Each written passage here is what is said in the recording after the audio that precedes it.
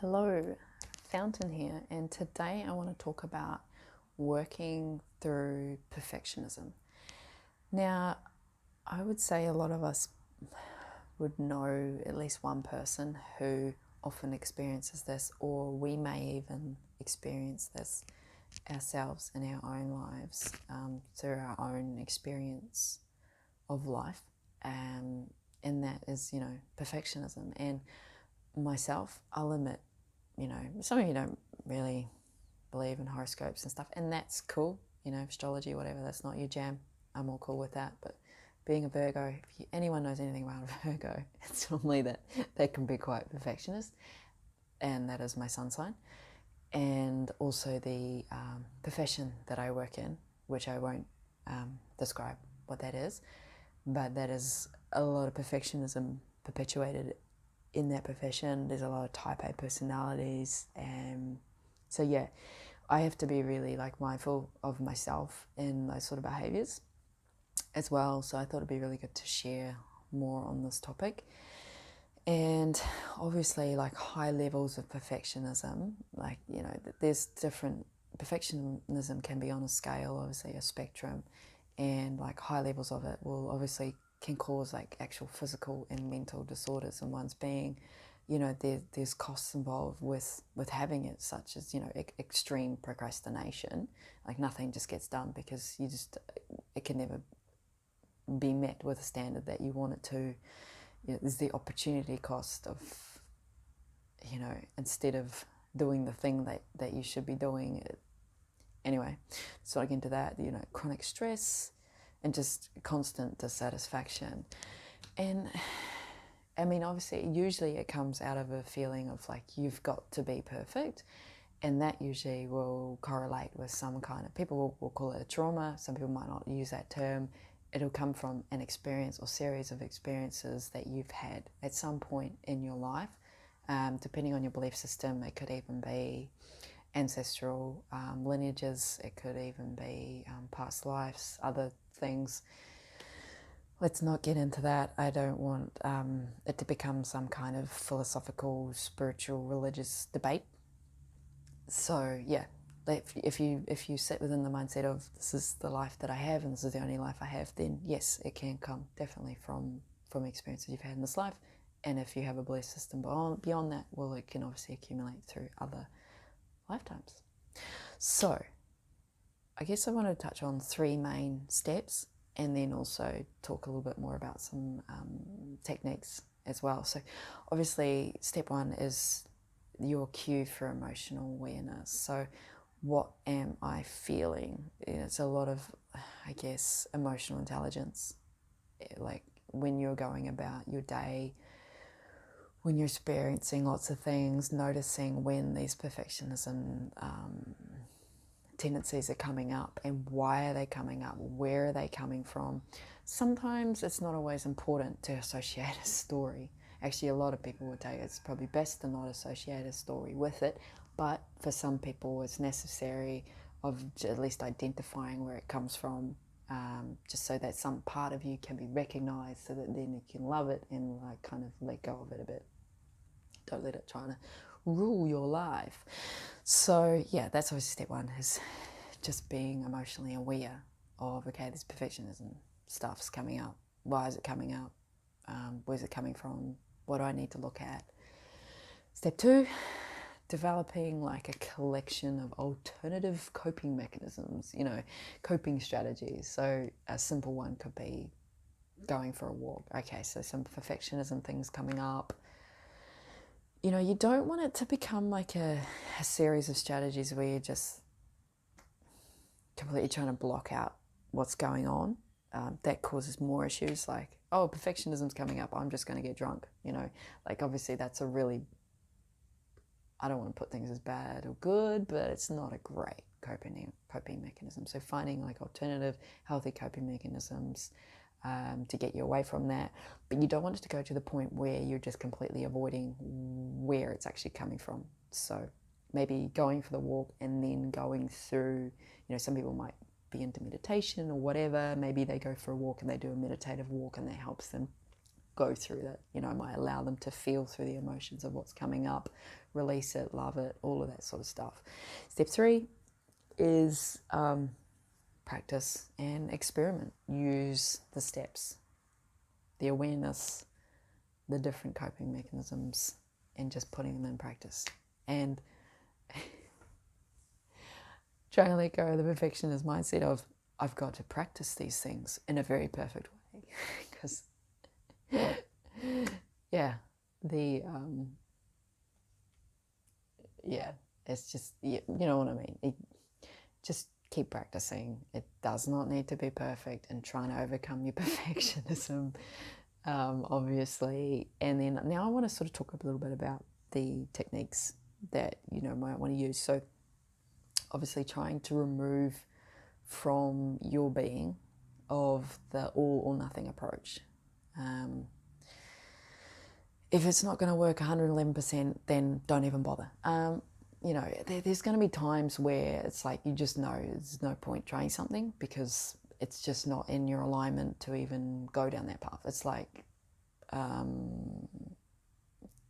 don't know, maybe your car broke down and you know nothing about fixing cars. It probably might make more sense to not even try to fix the car. It might just make better sense of your time and your money to call up someone and ask them to help you with this task, because you've got no mechanical knowledge and it's not something that you feel like you really want to learn much about. So yeah, of course you might in that situation decide, I'm not even going to bother. But there's other times I've seen in your life, many other times in your life, where you're just going to have to give something a go. You've never done it before and you kind of know that you're going to need to learn this skill. So yeah, obviously trying to let go of that all or nothing approach. Learn to respect and love yourself. I know a lot of this kind of gets said. It's easier said than done sometimes, and sometimes it's a little bit of the fake it till you make it thing of like repeating certain things over to yourself until you really feel like you embody it. And there's obviously lots of techniques around that, but perfectionism can often come up because you're like not actually respecting yourself, and you're not actually loving yourself as you are, and you're just completely dissatisfied with who you are or what you're doing or where you're at, and that's not really a healthy place to be, obviously, in a constant state of being all the time.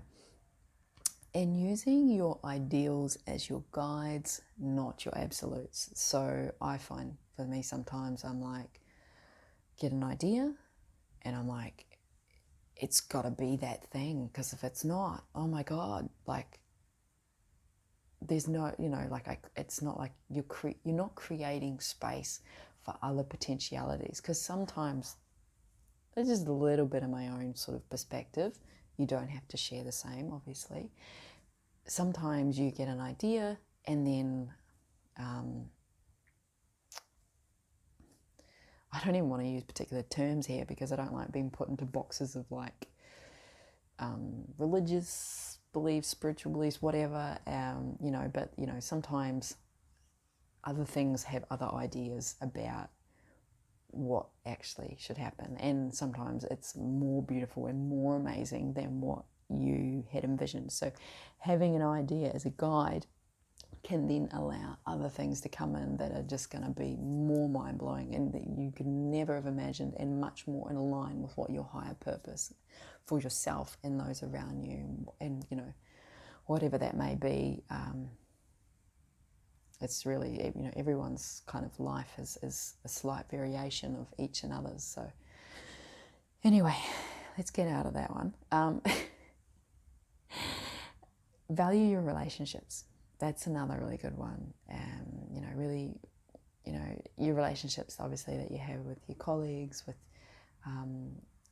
your business relationships, if you've got them, your friends, your family, your community, even your relationship with the person that you always see at the grocery store every Wednesday, 5 o'clock or whatever you go to get your groceries.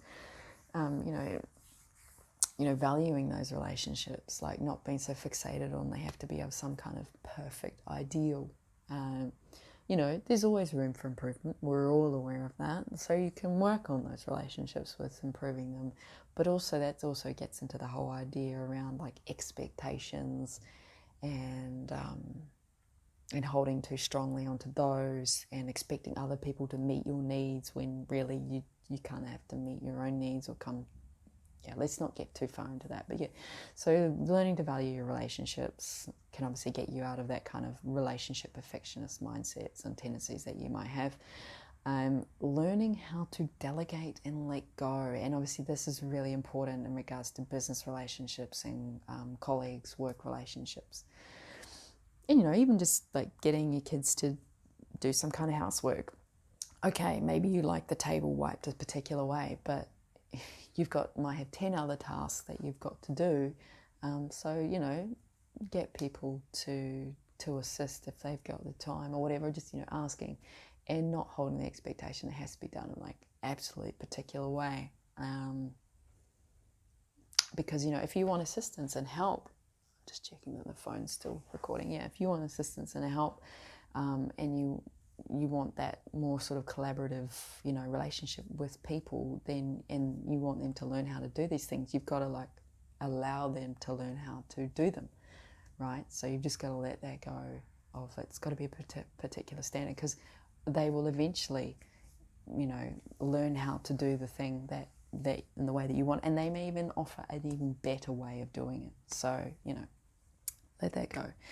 And I guess the last thing is just to say, like, it's, you know, it's obviously really good to put a lot of time, a lot of effort into a task, into a project, into an idea, and that's really beautiful in itself.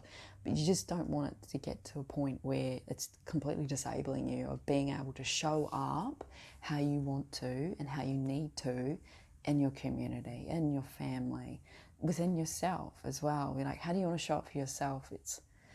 Yeah, I can understand. Perfectionism, I often see it as can be really disabling in how one can really show up. So I hope these techniques have been of some assistance. I hope, you know, the 3 simple sort of steps as a guidance can help you as well.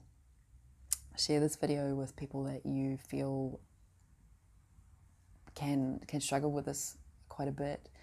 Let me know if you've got any comments, any questions. That's in the comment section down below. You can also reach out to me on other social media platforms as well.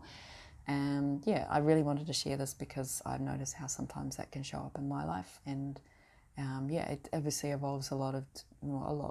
Some people would say a lot, not a lot. Very subjective term, right? Of inner work, and you know, your perfectionism traits may not always go away, but at least you can keep working on them. And sometimes things can go in a bit of spirals, but you can sort of level up in a sense eventually. And you know, don't be so worried about being perfect with letting go of your perfectionism. So yeah, let me know if you've got any topics that you would like me to cover some more on. You're welcome to leave that in the comment section down below, and I will see you in the next vlog.